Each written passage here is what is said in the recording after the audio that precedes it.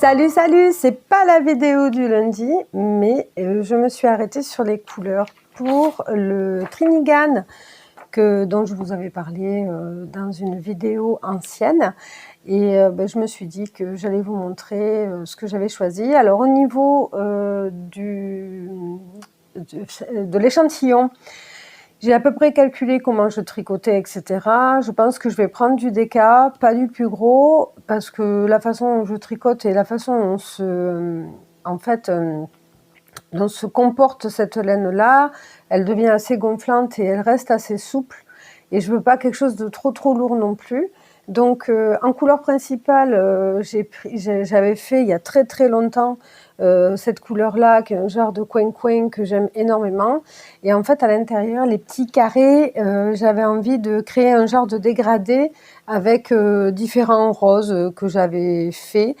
Donc le coin je peux en refaire, hein. C'est vrai que j'avais pas forcément pris les photos et j'ai pas forcément pris non plus la recette, mais voilà, c'est une couleur que je pourrais peut-être rentrer en catalogue si cela vous intéresse.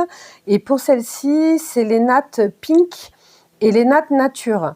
En sachant qu'au niveau des nattes pink, là vous voyez, il y a quand même matière à créer un petit dégradé et tout, donc j'ai pris celle-là, mais je crois que celle-là c'est plus rose, donc voilà, et celle-là il y a du rose et du blanc, et celle-là c'est vraiment fond neutre avec juste les couleurs dessus. Et je me suis dit que ça serait peut-être intéressant de créer un petit peu comme elle a fait un genre de dégradé à l'intérieur des carrés.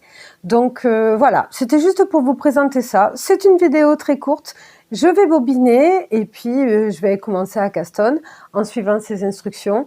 Alors pour ce modèle-là, c'est génialissime parce que même s'il est en anglais, en fait tout est expliqué. Il y a des liens, il y a une grande page avec que des liens de vidéos qu'elle a tournées qui sont sur sa chaîne pour savoir monter les mailles, les points différents qu'elle a utilisés, etc. Donc il y a aussi un accompagnement, elle fait aussi un accompagnement aussi au tricot, et ça c'est super. Donc je vais regarder ça. Pour information, si vraiment il vous plaît, que vous avez envie de le faire, etc. Alors moi j'ai choisi pour la taille 2, je pense, parce que c'est quand même quelque chose d'assez grand, et puis de toute façon, hein, il y a toujours moyen de le mettre à sa taille, de changer des choses au fur et à mesure quand on a l'habitude de tricoter.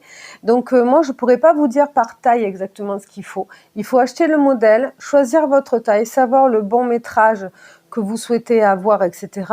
Et si jamais vous avez envie de le faire et que vous n'avez pas les laines qu'il faut, n'hésitez pas à venir me voir en message privé. Moi j'ai des laines à la maison et je peux aussi vous faire à la commande.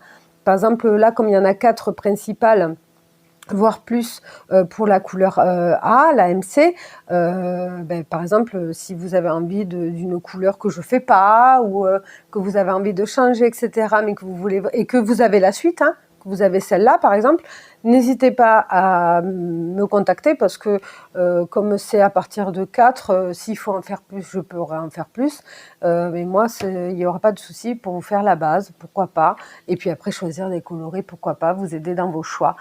Donc j'espère que cette petite vidéo très courte vous aura plu. Je vous embrasse très fort, et puis en avant pour le caston. Vous pouvez me suivre et suivre l'avancée de ce projet sur Instagram, parce que je vais faire un petit peu comme j'ai fait pour le Soldona Crop, des petites photos de temps en temps, etc.